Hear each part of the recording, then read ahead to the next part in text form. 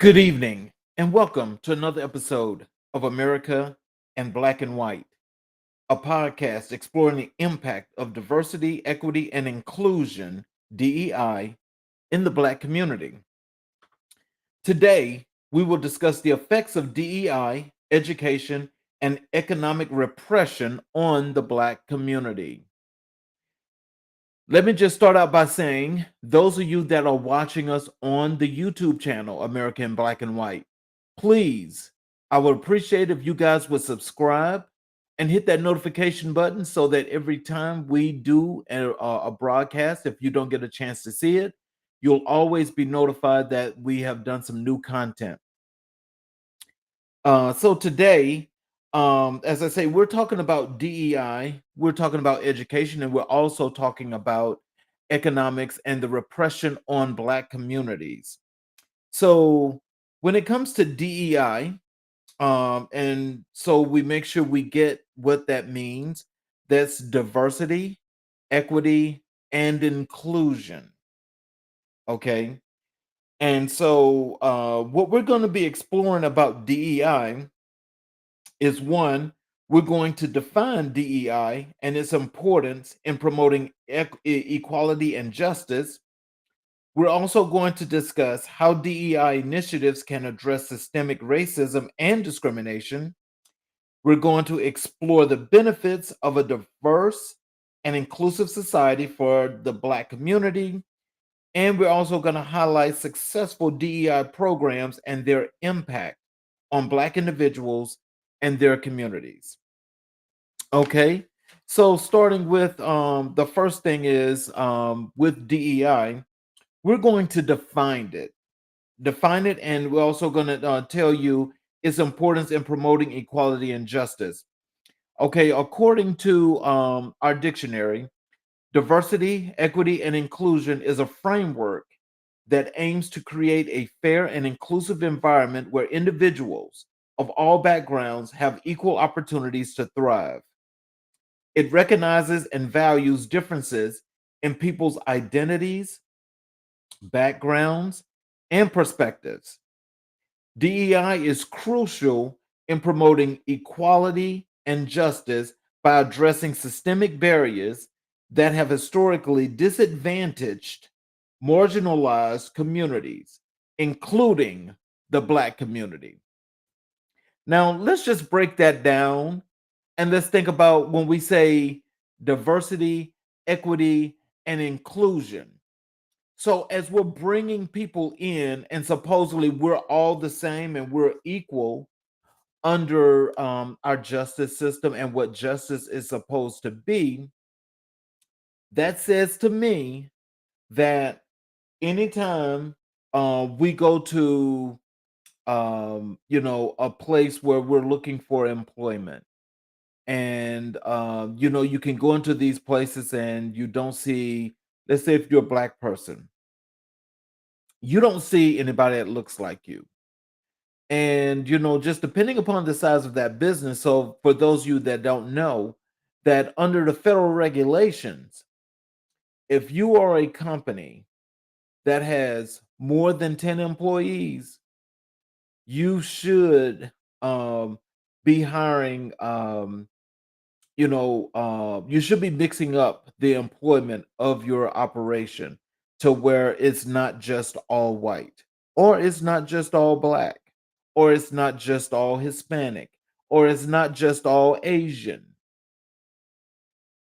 What it's supposed to be is that everybody's supposed to be allowed an opportunity, especially when it comes to the Commerce Clause, because people have to have the opportunity to earn and to spend.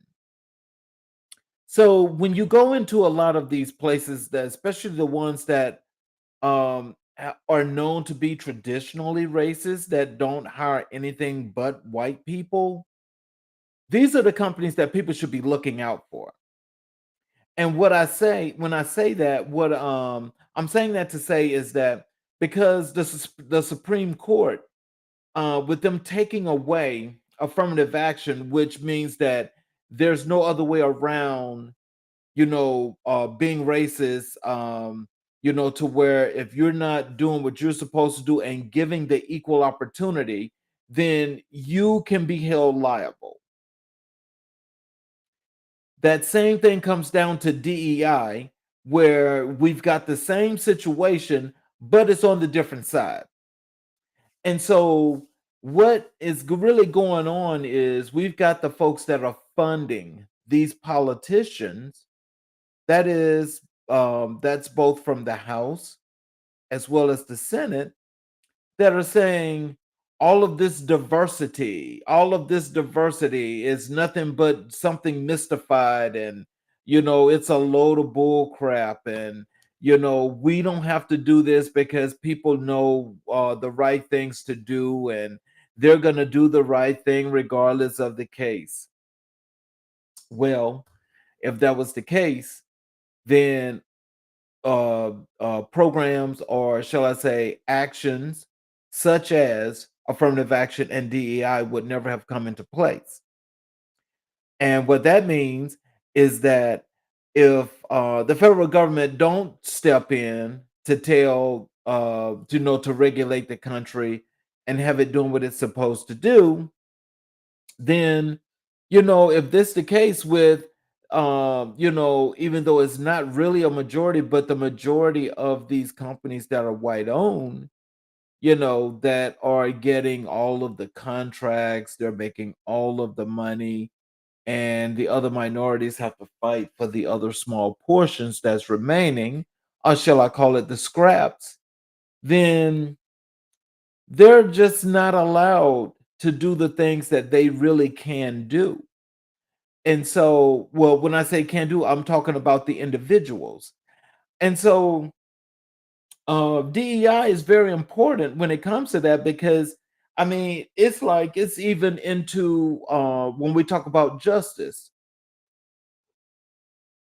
the justice system itself, shows us that, it has its place to decide when DEI is enforceable and when it's not. And when I say that, we're talking about um, how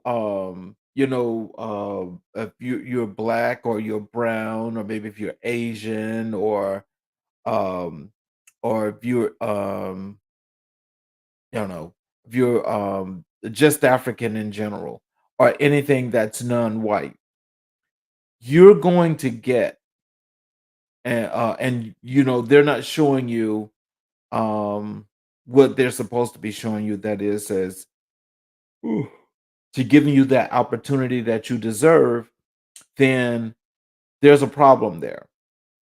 And so, depending upon the size of that company, and the situation is at hand, people need to know that there are ways of holding their feet to the fire. There's an absolute way of doing that, you know. But again, justice is supposed to be blind, but apparently it can see, because it determines when it wants to enforce and when it does not want to enforce. Now, when it comes to folkways and mores, you know, hey, we got to get better, because these things are just not working properly. But when it comes to DEI and these situations, it's just shedding some light on this, that's letting you as individuals out there that are watching this to know that there are ways of holding their feet to the fire. That is, those folks that are violating the laws, they're violating your civil rights. There are ways. The second thing that we want to talk about under DEI is we're going to discuss how DEI initiatives can address racism and discrimination.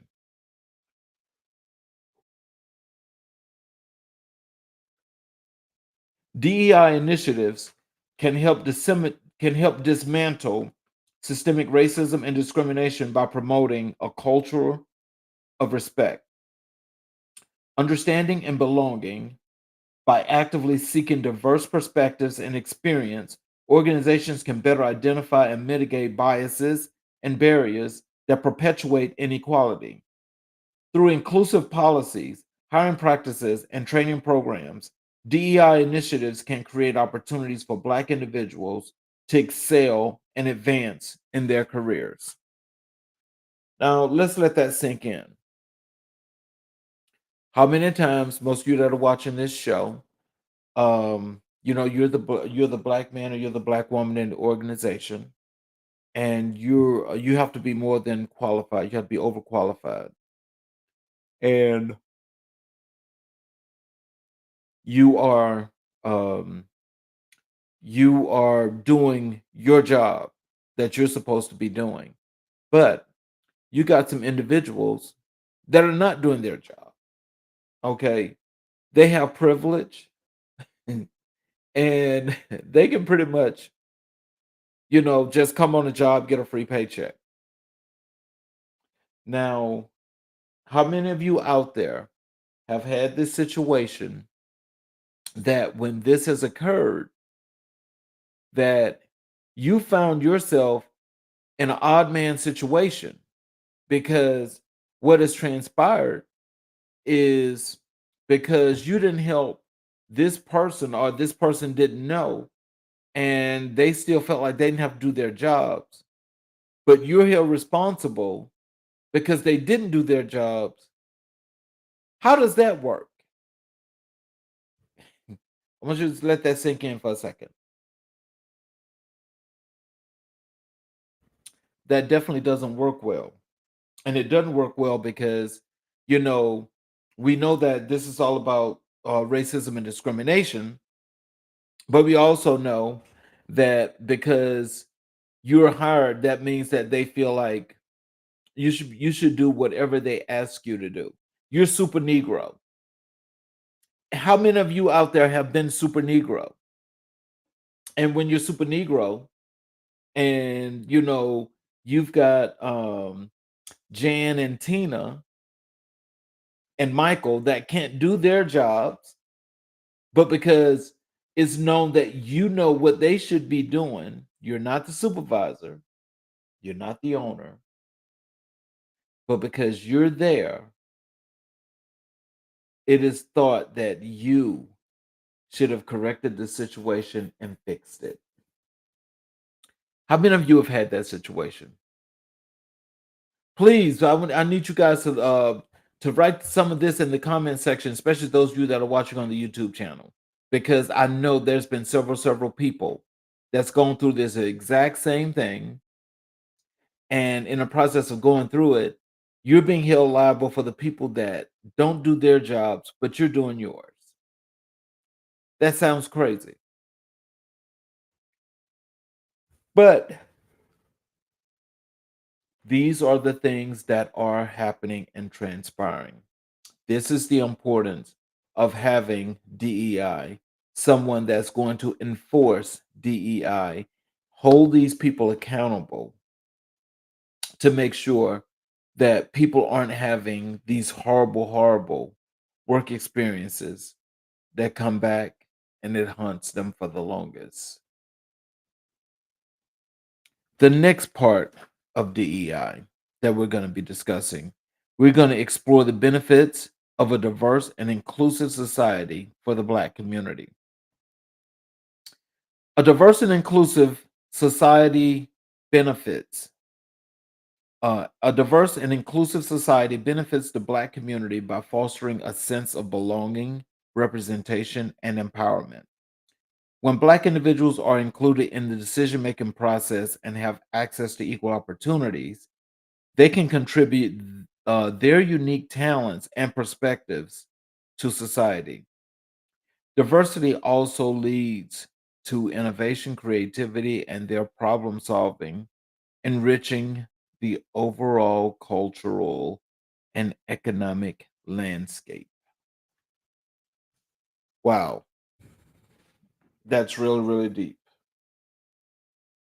Now, how many of you in a workplace have gone through this kind of situation? This situation is one that actually um, is more frightening than anything.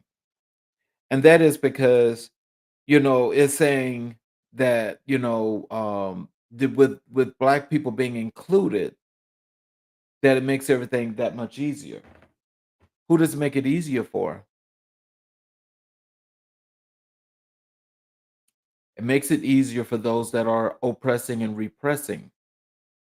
And the reason being is because, again, when you have privilege, you do as you want to do. So while there are other folk are playing around and acting as though if they've got to do what they need to do, they're not doing that. What they're doing is they're skating and riding the clock. Why those other people have to work 5 times as hard to pull all the load in order to keep the company on even keel or even ground. That's how horrible that is.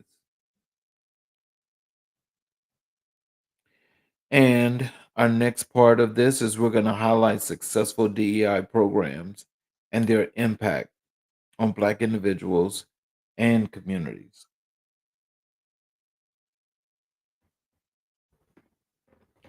Now, we're talking about the successful DEI programs that have shown positive outcomes for Black individuals and communities, such as increased representation in leadership positions, improved access to resources and opportunities, and a more inclusive workplace culture.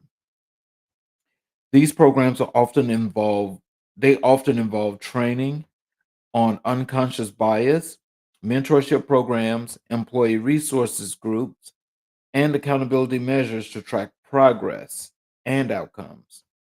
By prioritizing DEI, organizations can create more equitable and supportive environment for Black individuals to thrive.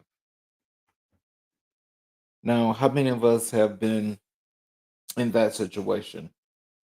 I'm sure we can count them on one hand because I'm sure that there are some people that have actually had the opportunity to succeed. But in the process of that succession, what did they have to do?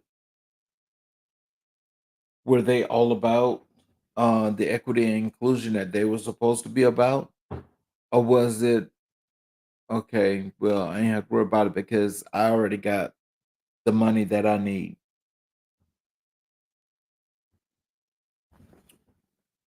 My thing is this. Um, you can't put stuff like this that's been in place for a while. Then you want to come back and renege on it and you want to try to take it away. It's happening in quite a few states. Not all 50 yet, but it's coming.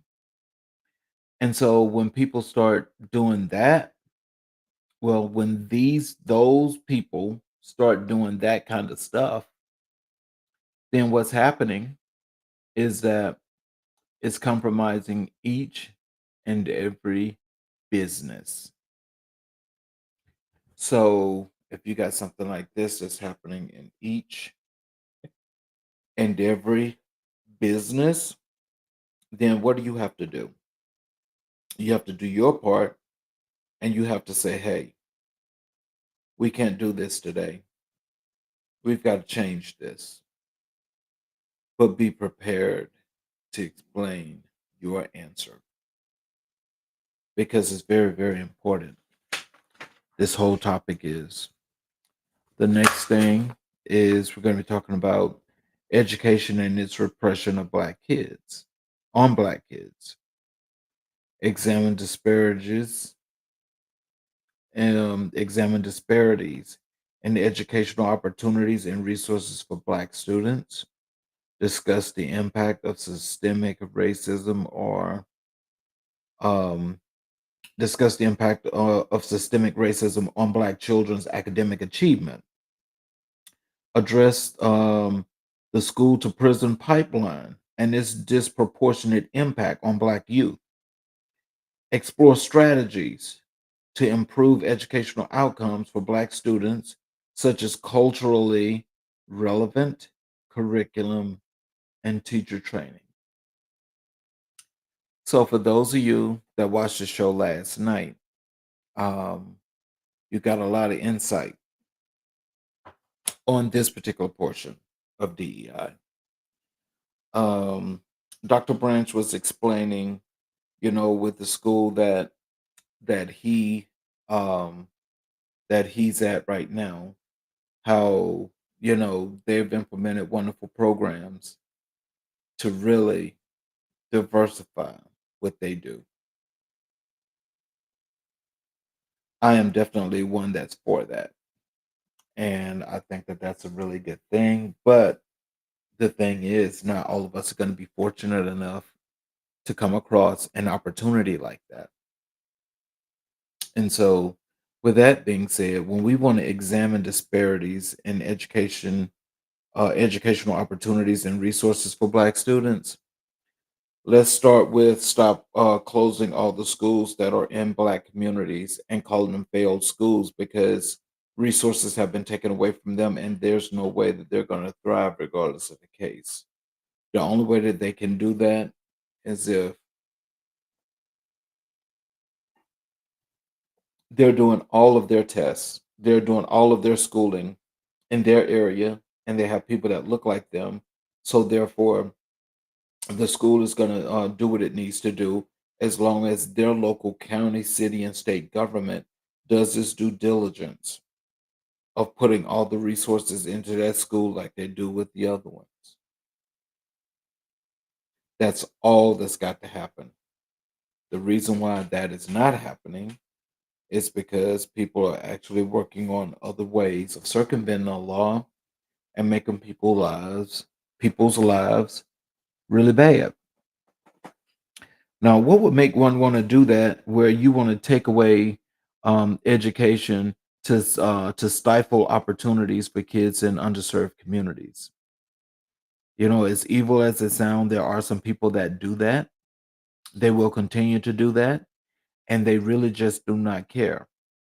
There's some people that actually think that, as for despite how things worked, with oh Lord, what's the city that had the issue with the education? I think it was one of the Detroit schools of Michigan, and they had the problems with their education system, as they said. And this is like something that came to just all of a sudden here in the current years.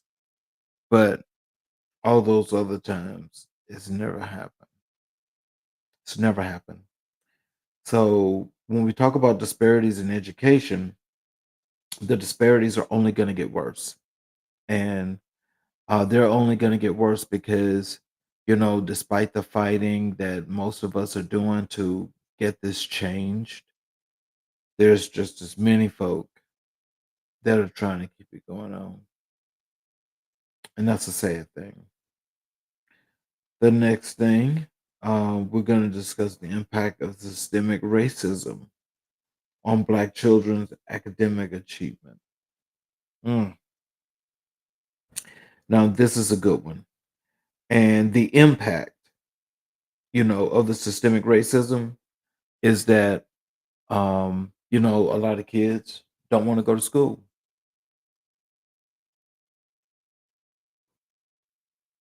They just do not want to go to school and put up with that kind of madness.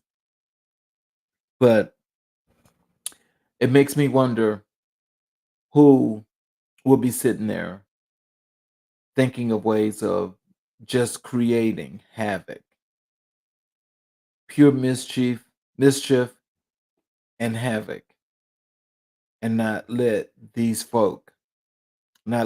kids move forward like they should.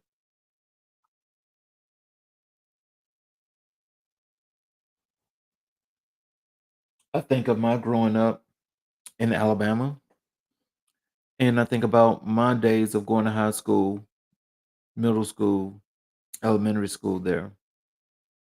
It was definitely different, but the difference is that at that time, the same issues that was dealt with back then, they're actually dealt now. So People need to do what they need to do.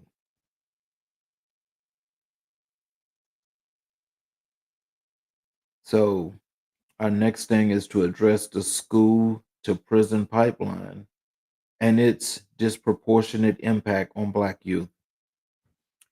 Okay. Um, in this prison pipeline, school to prison pipeline situation, this starts all the way back to when you get kids in preschool and they're tracking them the whole entire time. And the process of the tracking system is to make the determination who's the prisoner and who's not, who's going to jail, who's not.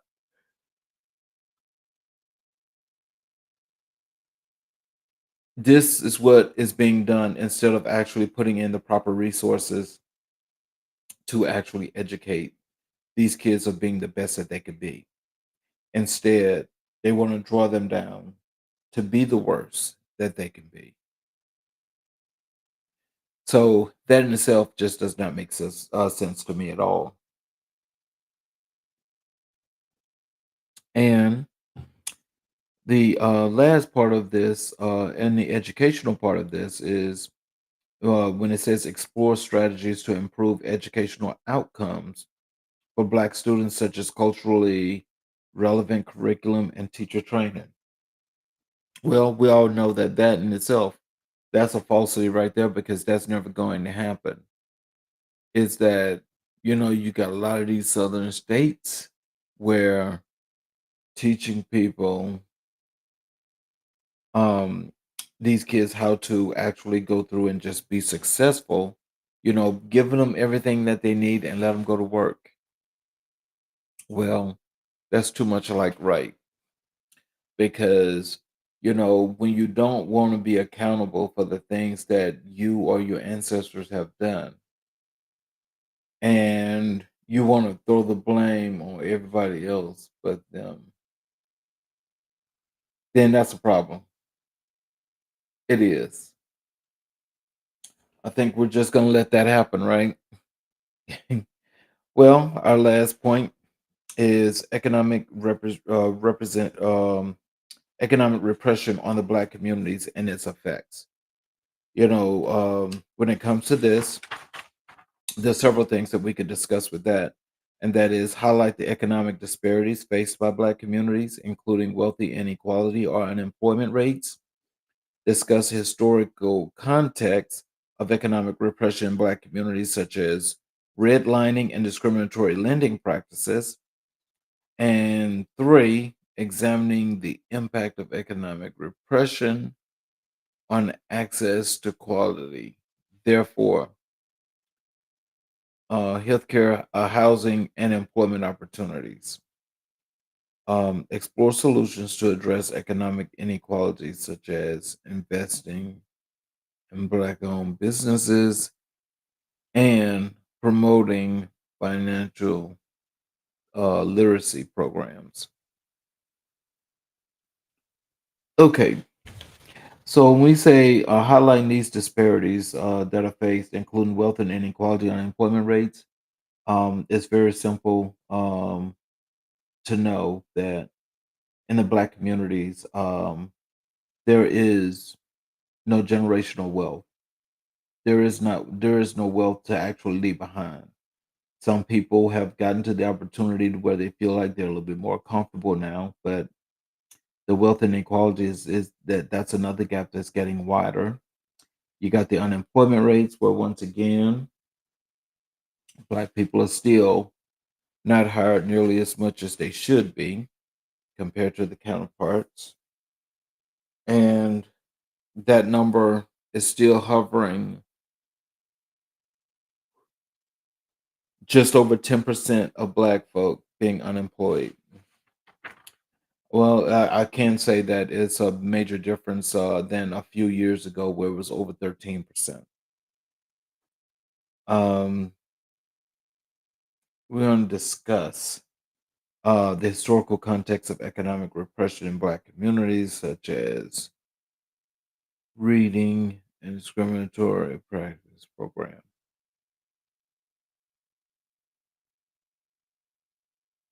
Okay, when it comes to this, It says an economic repression in the black communities. What that is simply stating is um, when it comes down to the redlining part of this is black people can only live in particular communities. Um, this is really known and shown big time in the city of Chicago.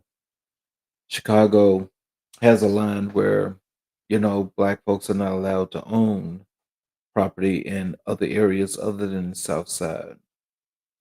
But if you keep them hooked just in one side, why is it that they are still um, they're still leading with false premises, making people think that things are changing and getting better when they're not.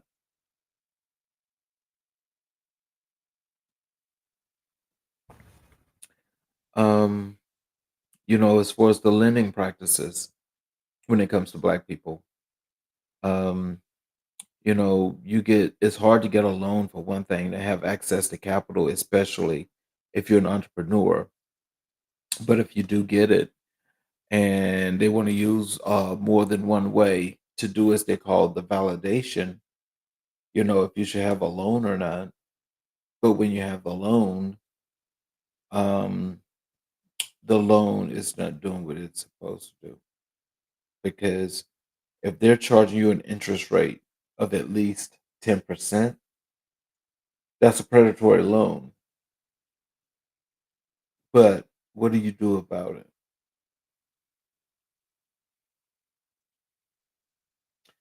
So, at any rate, we'll go over to this next one here, which is the impact of economic repression on access to quality health care, housing, and employment opportunities. Again, um, with the issues that we have now with DEI and the issues with the systemic racism and the repression and the incarcerations and the abuse by law enforcement and people going over the top and so forth. Nobody's actually talking about how this is actually affecting black men more so than anyone. They're just totally, totally discriminatory. So this last point that we're going to talk about is we're going to explore solutions to address economic inequalities, such as investing in Black owned businesses and promoting financial literacy programs. When we're talking about investing in Black owned businesses, we should be starting a lot of these businesses in our communities. And people should be patronizing these communities, and the people that work, in these communities should actually have apartment houses here as well. And so, if they're not allowed to do that, now we're talking about something that's violating some rights, but again, they say that's hard to prove. When we're talking about promoting financial literacy programs, we're talking about programs that help people to understand not only how to save money, but how to create generational wealth. We talk about entrepreneurship. Um, we're talking about building something that's going to thrive and it's going to do everything it's supposed to do. So that means that people in the community, yeah, we don't want you to be a hindrance, but sometimes that happens.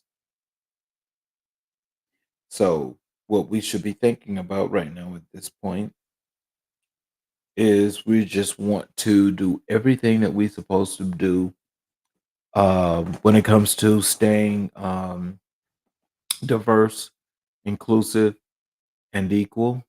Because um, when it boils down to it, um, if you're starting so far behind, you're not just going to catch up.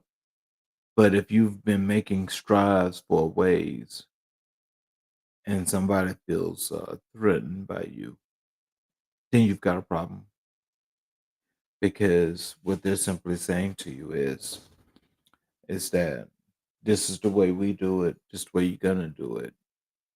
Don't enforce no law on me if I'm white. But you can say the same thing if you're black. But if you say that, not only looking at you like you're crazy, but you're probably going under the jail. One thing that's of a strange note is um, I could tell you that I've never actually had something like that happen to me where, you know, I had to be locked up. That sounds just ridiculous.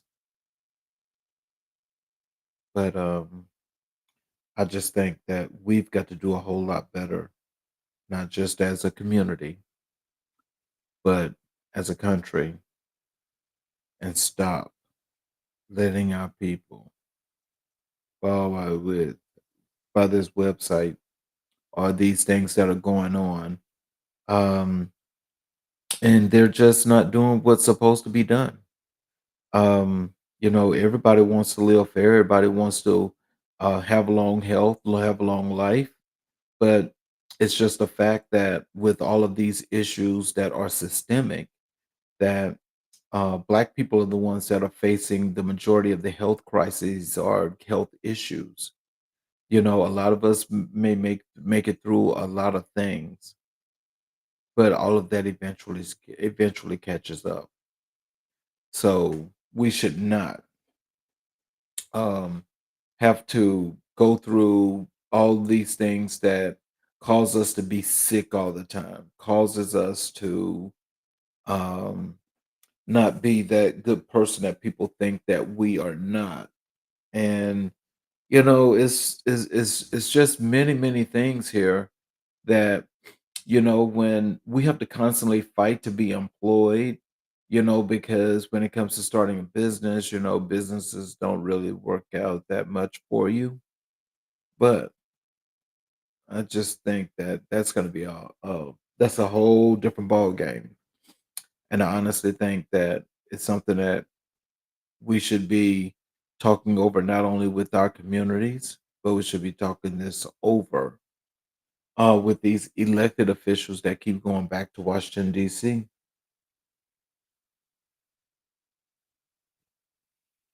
So I want to tell you all, I want to thank you all for this nice talk. I appreciate each and every individual that was here tonight. Um, we're not really having long conversations tonight, but again, this is a good show. That's good for all of us to have some food for thought. And what I would love to have is to get as much feedback about DEI as possible from each and every individual out there, because I like to know what you're thinking, why you're thinking it, and how it can be important. You guys have a great evening.